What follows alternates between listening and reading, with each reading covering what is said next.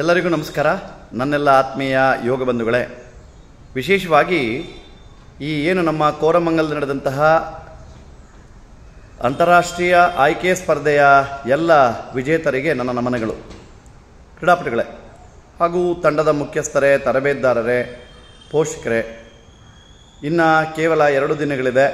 ತಾವು ಯಾರ್ಯಾರು ಬರಲಿಕ್ಕಾಗೋದಿಲ್ಲ ಅವರು ನಮಗೆ ಮುಂಚಿತವಾಗಿ ತಿಳಿಸಿದ್ರೆ ಮುಂದಿನ ಕ್ರೀಡಾಪಟುವಿಗೆ ಅಂತಾರಾಷ್ಟ್ರೀಯ ಸ್ಪರ್ಧೆಗೆ ಭಾಗವಹಿಸಲಿಕ್ಕೆ ಅವಕಾಶ ಇರುತ್ತೆ.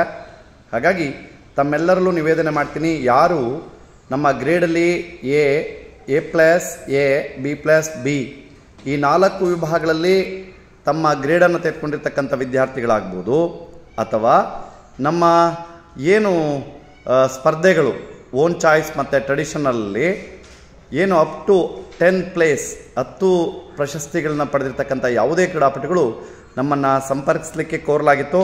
ತಮ್ಮಲ್ಲಿ ಮತ್ತೊಮ್ಮೆ ನಿವೇದನೆ ಮಾಡ್ತೇನೆ, ಆದಷ್ಟು ಬೇಗ ತಮ್ಮ ಹೆಸರುಗಳನ್ನು ನೋಂದಾವಣಿ ಮಾಡ್ಕೊಳ್ಳಿ. 30ನೇ ತಾರೀಕಿನ ಒಳಗಡೆಗೆ ತಮ್ಮ ಕನ್ಫರ್ಮೇಷನನ್ನು ಕೊಡಬೇಕು. ಯಾರು 30ನೇ ತಾರೀಕು ಒಳಗಡೆಗೆ ತಮ್ಮ ಕನ್ಫರ್ಮೇಷನ್ ಕೊಡಲಿಕ್ಕಾಗೋದಿಲ್ಲ ಅವರ ಮುಂದಿನ 11ನೇ ಸ್ಪರ್ಧೆಗೆ ನಾವು ಅವಕಾಶವನ್ನು ಕಲ್ಪಿಸ್ಕೊಡ್ಲಿಕ್ಕಾಗುತ್ತೆ. ಉತ್ತಮವಾಗಿರ್ತಕ್ಕಂಥ ಈ ಒಂದು ಸನ್ನಿವೇಶವನ್ನು ತಾವು ಅದರ ಸದುಪಯೋಗ ಪಡಿಸ್ಕೊಳ್ತಾ ಅಂತಾರಾಷ್ಟ್ರೀಯ ಮಟ್ಟದಲ್ಲಿ ತಮ್ಮ ಹೆಸರುಗಳನ್ನು ನಮೂದನೆ ಮಾಡಲಿಕ್ಕೆ ಇದು ಒಂದು ಒಳ್ಳೆಯ ಸದಾವಕಾಶ.